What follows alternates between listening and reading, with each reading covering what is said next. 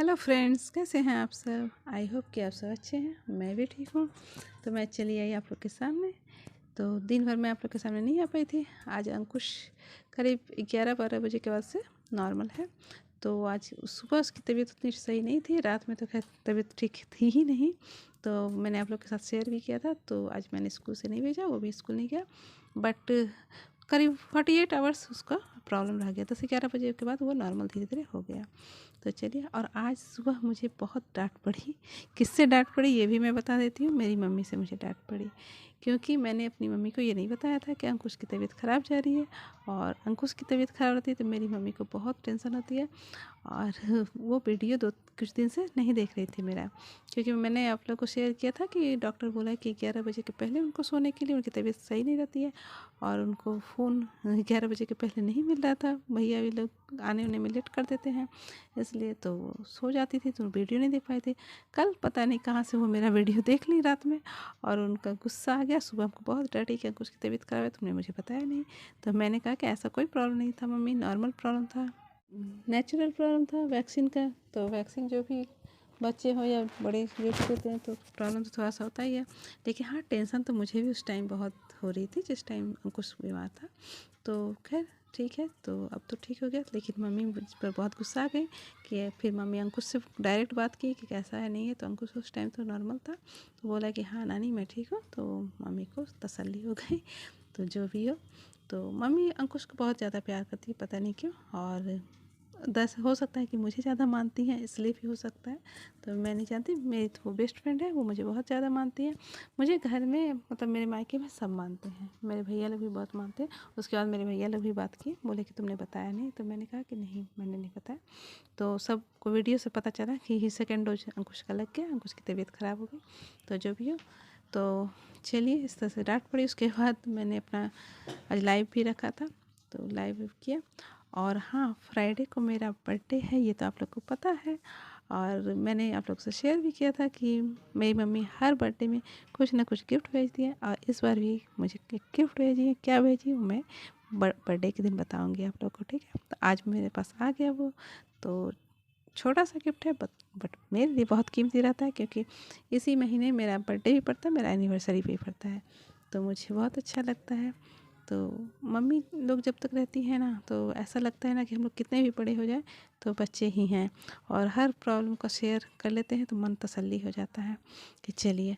और मम्मी लोग कितनी भी उम्र हो जाती है तो इस तरह से कोई भी प्रॉब्लम को सॉल्व कर देती है, लगता है कि चलिए ठीक है, कोई बात नहीं, ठीक है।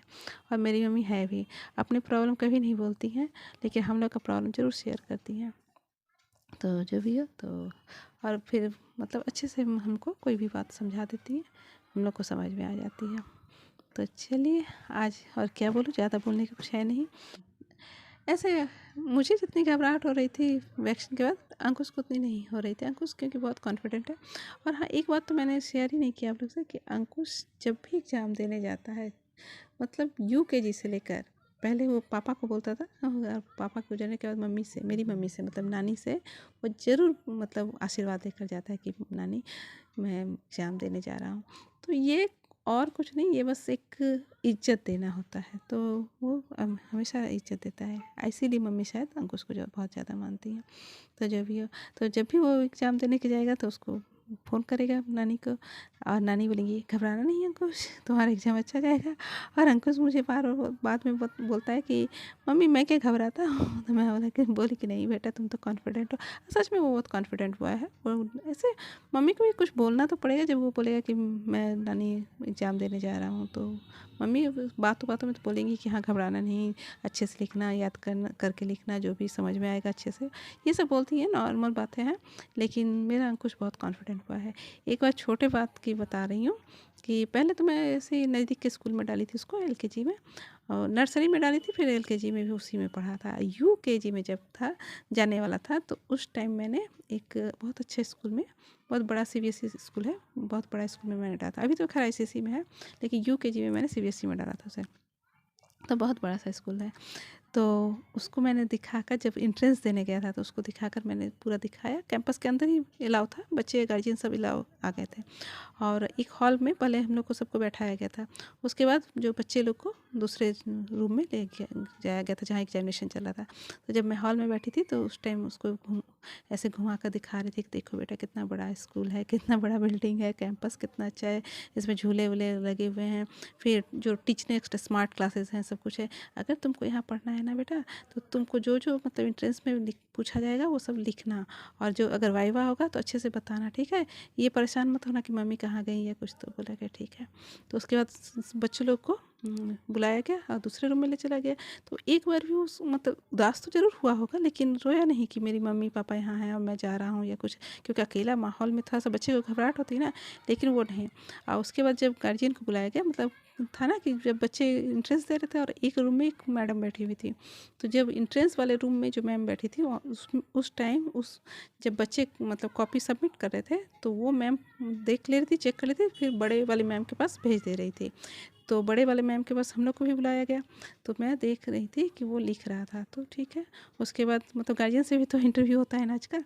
तो फिर जब आया उस रूम में बड़े वाले मैम के पास, तो वो ना मतलब ऐसा नहीं कि मेरे पास आके चिपक गया या कुछ नहीं, वो एकदम सावधानी से जिस तरह से मैंने बताया था उस तरह से खड़ा हुआ और बड़ी वाली मैम से के पास कॉपी सबमिट किया। वो देखी कॉपी पे, फिर कुछ कुछ पूछी उससे, नाम वगैरह इंग्लिश में, वो जवाब दिया।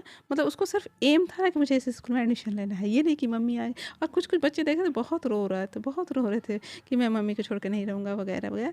लेकिन मेरा अंकुश ऐसा नहीं था, बहुत कॉन्फिडेंट हुआ है।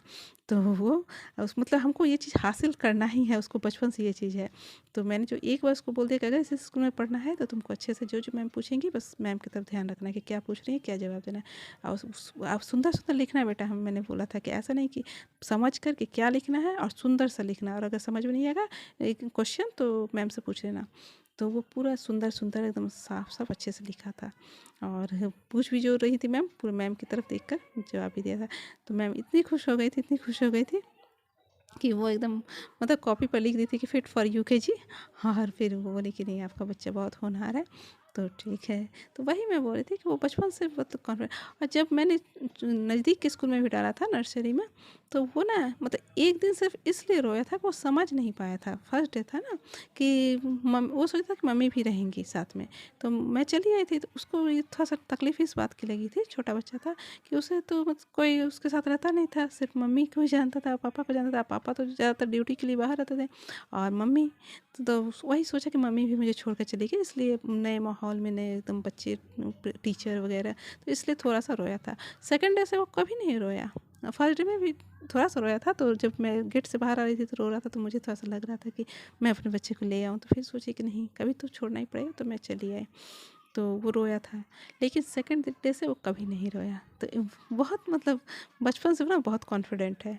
तो इसलिए बीमार भी जब अभी वैक्सीन में पड़ा था, फर्स्ट डोज तो वो खुद अपने लेने गया था, सेकंड डोज स्कूल में लगा था, स्कूल में पूरा क्लास किया, वो साइकिल चला कर आया, कोई भी उसे दिक्कत नहीं हुई। मैं ज़्यादा परेशान हो जा रही थी, लेकिन वो कभी परेशान नहीं होता। वो बार बार वो पढ़ाई भी किया उसी में, कल दिन भर पढ़ाई किया, खाना अच्छे से नहीं खाया लेकिन पढ़ाई दिन भर किया।